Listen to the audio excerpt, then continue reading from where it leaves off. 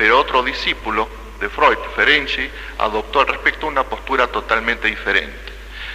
¿Qué significa esto?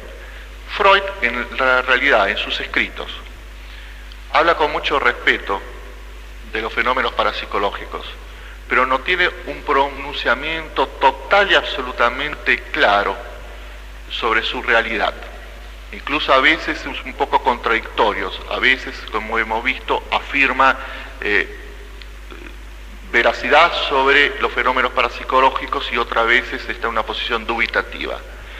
Pero esto que recién he dicho sobre la influencia de Jones nos permite comprender esa situación, lo que Freud decía dentro de la situación histórica que Freud vivía con respecto al psicoanálisis. Él había fundado el psicoanálisis. El psicoanálisis en ese momento tenía como oposición a todo el mundo científico por las nuevas y revolucionarias concepciones del hombre y sobre todo de la sexualidad que traía. Entonces, en ese momento que el psicoanálisis apoye la parapsicología, que era más rechazada todavía que el psicoanálisis en el mundo científico, entonces era como perjudicar la posibilidad de sobrevivencia del psicoanálisis. Entonces, como estrategia táctica para no ser tan atacado, entonces Freud en la vida pública es un poco suave con respecto a su apoyo a la existencia de los fenómenos parapsicológicos. No los niega, pero no efusivamente habla de su certeza.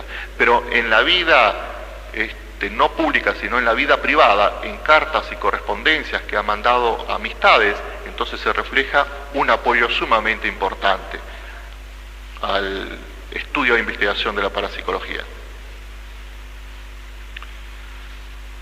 Incluso en una carta dirigida a Herbert Carrington, Freud reconoce que si tuviese que vivir nuevamente su vida, la dedicaría a la investigación parapsicológica. Aunque más tarde Freud negó las afirmaciones hechas en esa carta, por los motivos que antes dije, posiblemente, el mismo Jung, partiendo de una copia exacta proporcionada por Fodor, llegó a la conclusión de que la carta era auténtica.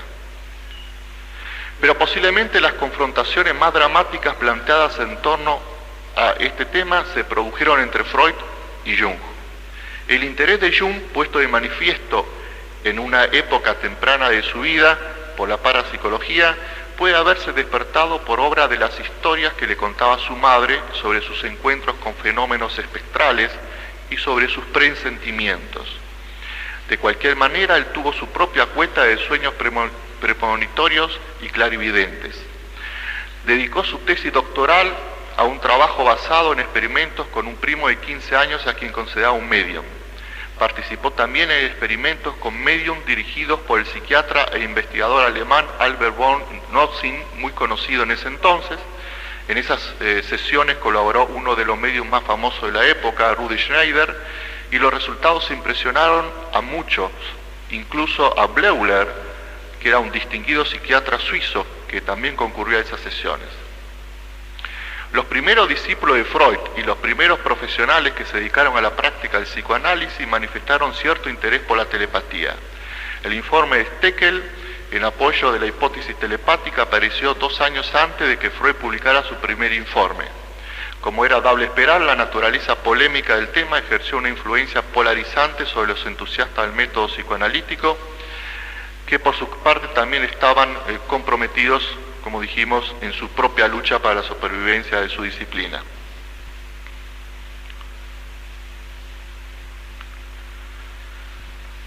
Aunque Freud previó mucho de lo que se escribió más tarde sobre telepatía y psicoanálisis, vale decir sobre la distorsión a la que era sometido el contenido telepático percibido inconscientemente, así como la importancia de los factores contratransferenciales, correspondió a los analistas posteriores explicar en forma más completa estas relaciones basándose directamente en su material clínico.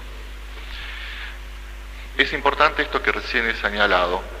Freud ya decía que iba a haber que darle una especial importancia a comprender las distorsiones que se producen en los contenidos telepáticos. Eso quiere decir, cuando una persona recibe telepáticamente un contenido que es de otra persona, no es que se le presenta entonces al consciente en forma pura el pensamiento recibido de la otra persona, sino que el pensamiento recibido de la otra persona, pensamiento o contenido de la otra persona, a quien lo recibe, entonces pasa por una dinámica psíquica que muchas veces transforma en símbolos esos contenidos.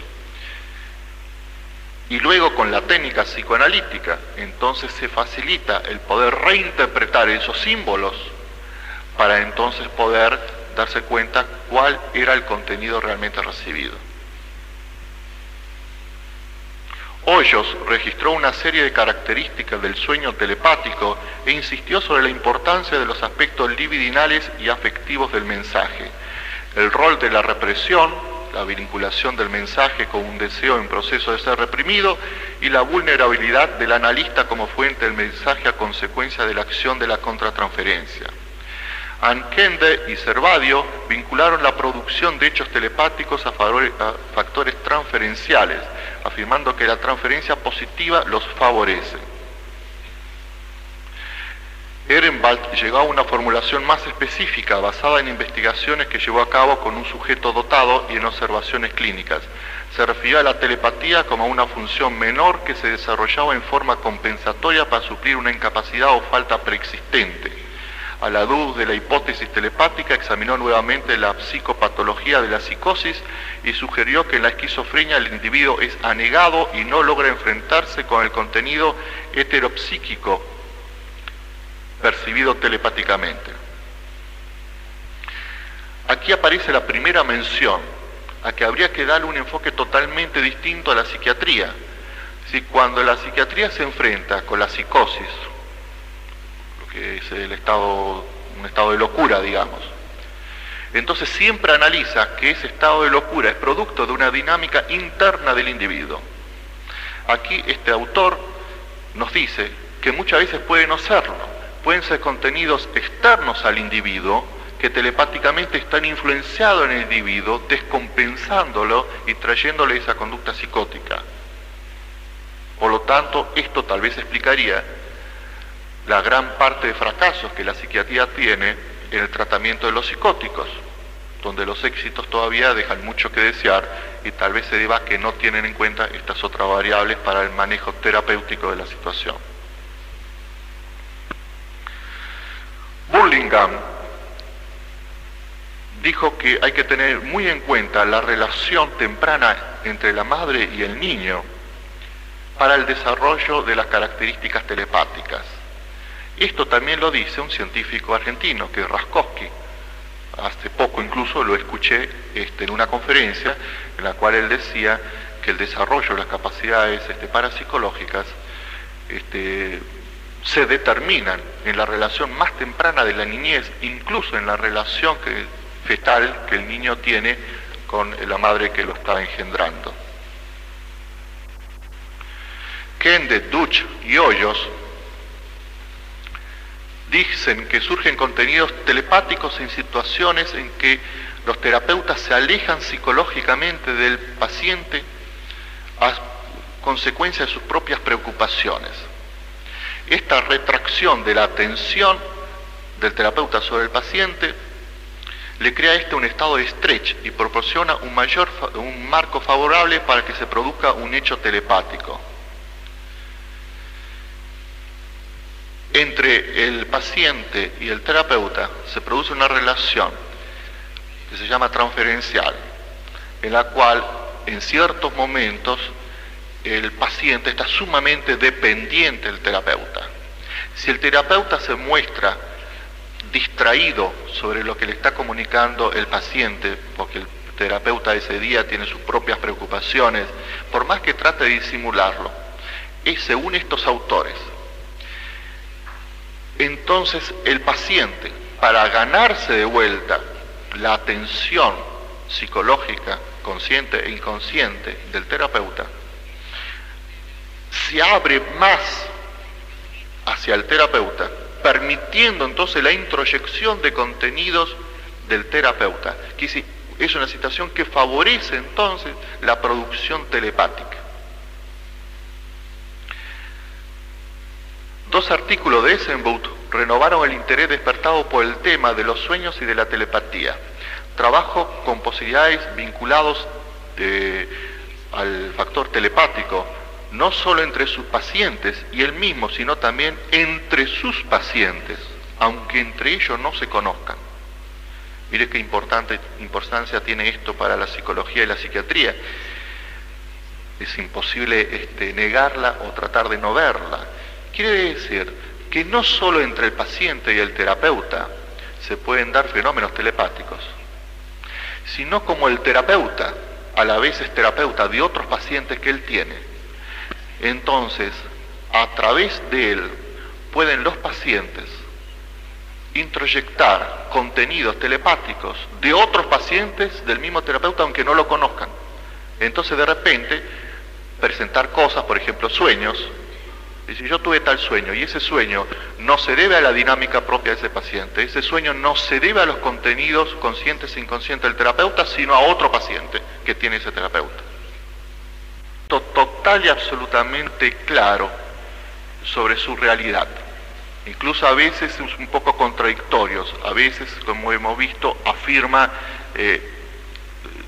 veracidad sobre los fenómenos parapsicológicos y otras veces está en una posición dubitativa. Pero otro discípulo de Freud, Ferenczi, adoptó al respecto una postura totalmente diferente. ¿Qué significa esto? Freud, en la realidad, en sus escritos, habla con mucho respeto de los fenómenos parapsicológicos, pero no tiene un pronunciamiento científico por las nuevas y revolucionarias concepciones del hombre y sobre todo de la sexualidad que traía. Entonces, en ese momento que el psicoanálisis apoye la parapsicología, que era más rechazada todavía que el psicoanálisis en el mundo científico, entonces era como perjudicar la posibilidad de sobrevivencia del psicoanálisis. Entonces, como estrategia táctica para no ser tan atacado, entonces Freud en la vida pública es un poco suave con esto que recién he dicho sobre la influencia de Jones. Nos permite comprender esa situación, lo que Freud decía dentro de la situación histórica que Freud vivía con respecto al psicoanálisis. Él había fundado el psicoanálisis en ese momento tenía como oposición a todo el mundo científico